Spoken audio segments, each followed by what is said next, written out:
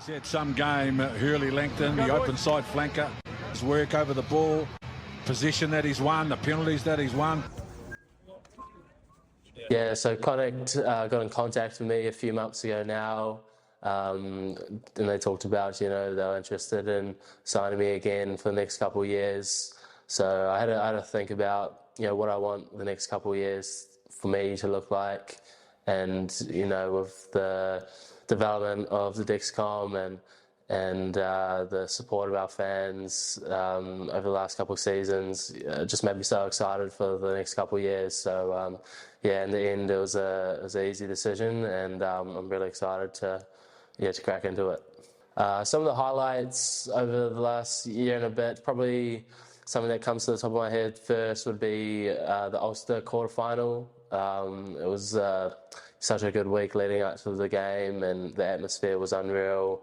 And we had a lot of belief in ourselves, and we proved a lot of people wrong. So that was heaps of fun. And then probably even the week after, even though we lost the semi-final there, playing down in South Africa in front of a massive crowd, like that was awesome.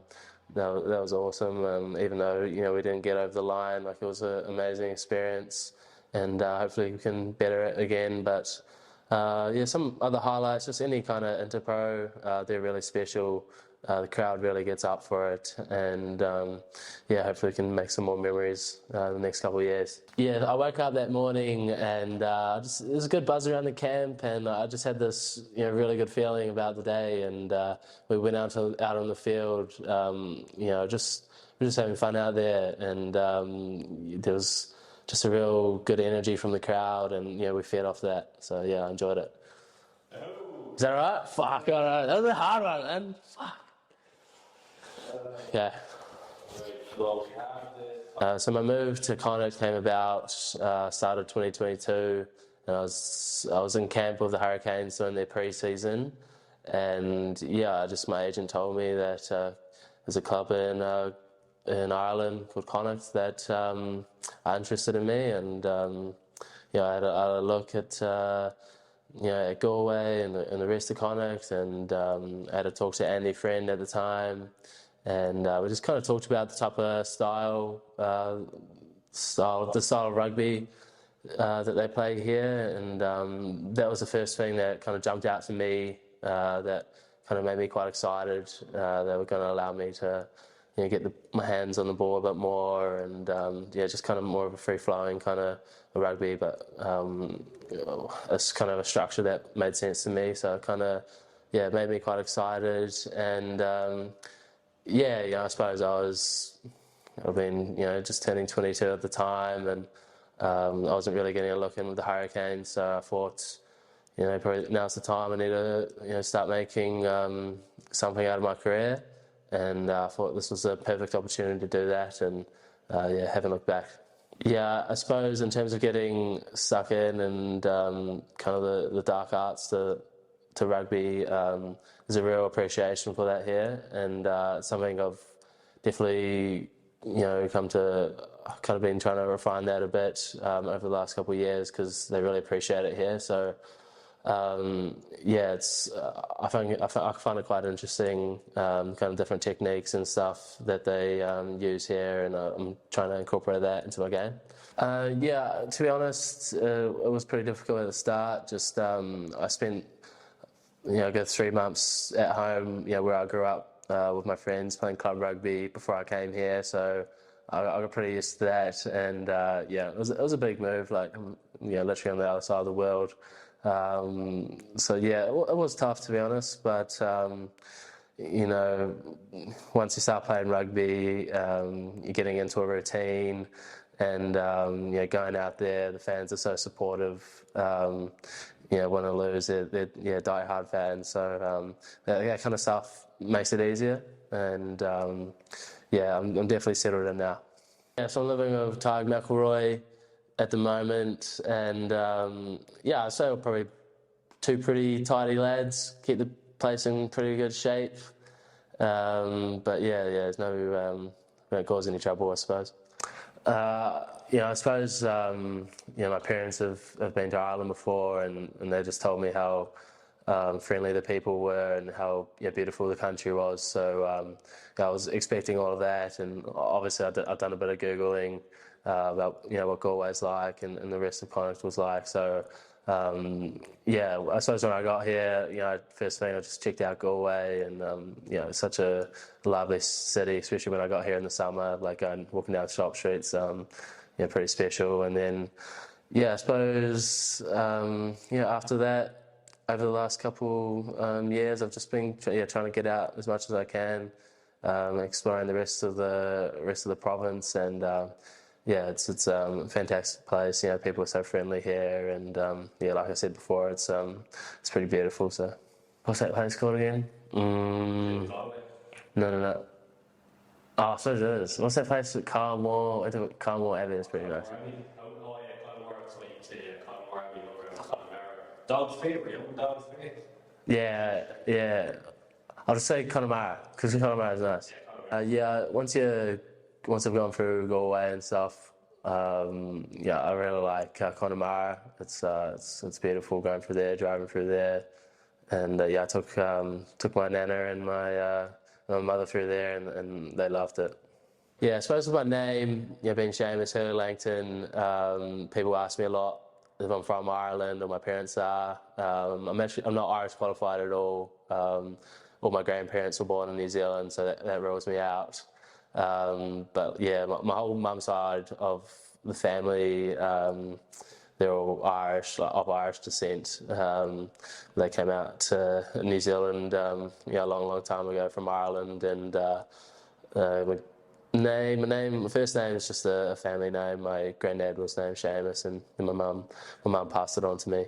I grew up in a province called Taranaki on the North Island's west coast in New Zealand, and more specifically, I grew up in two small towns. So Hawera with my mum, and she was a PE teacher growing up at the local high school, and now she's the deputy principal at the moment. And then about 30 minutes across the road, this place called Taranaki, and I live there with my dad, and here's a small dairy farm that kind of just runs along the side of town there.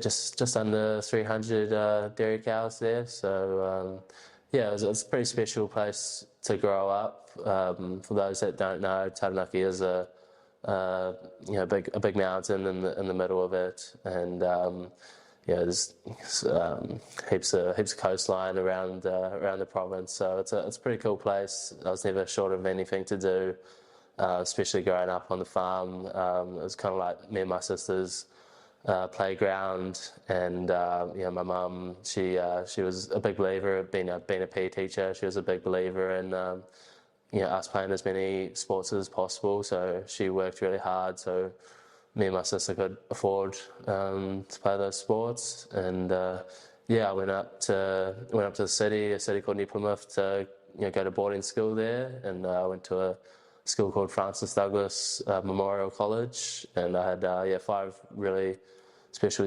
years there. 3 years playing first 15, and it was a pretty special place to me. And whenever I get the opportunity to go home, I always make the most of it.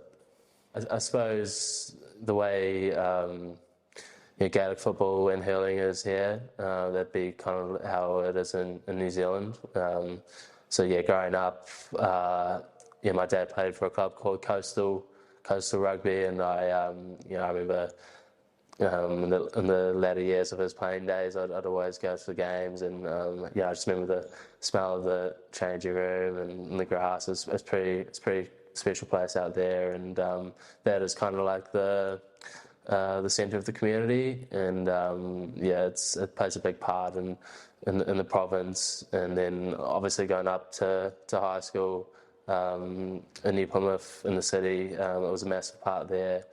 We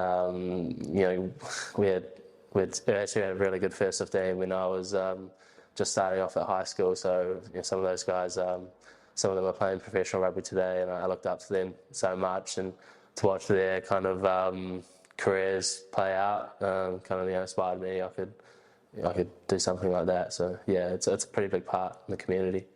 Definitely, once I got to high school, I loved it. I was in boarding school, so I had 30 mates pretty much. I was living with them 5 days a week. So I loved it. Loved school. I suppose my old man had me on the farm when I was younger.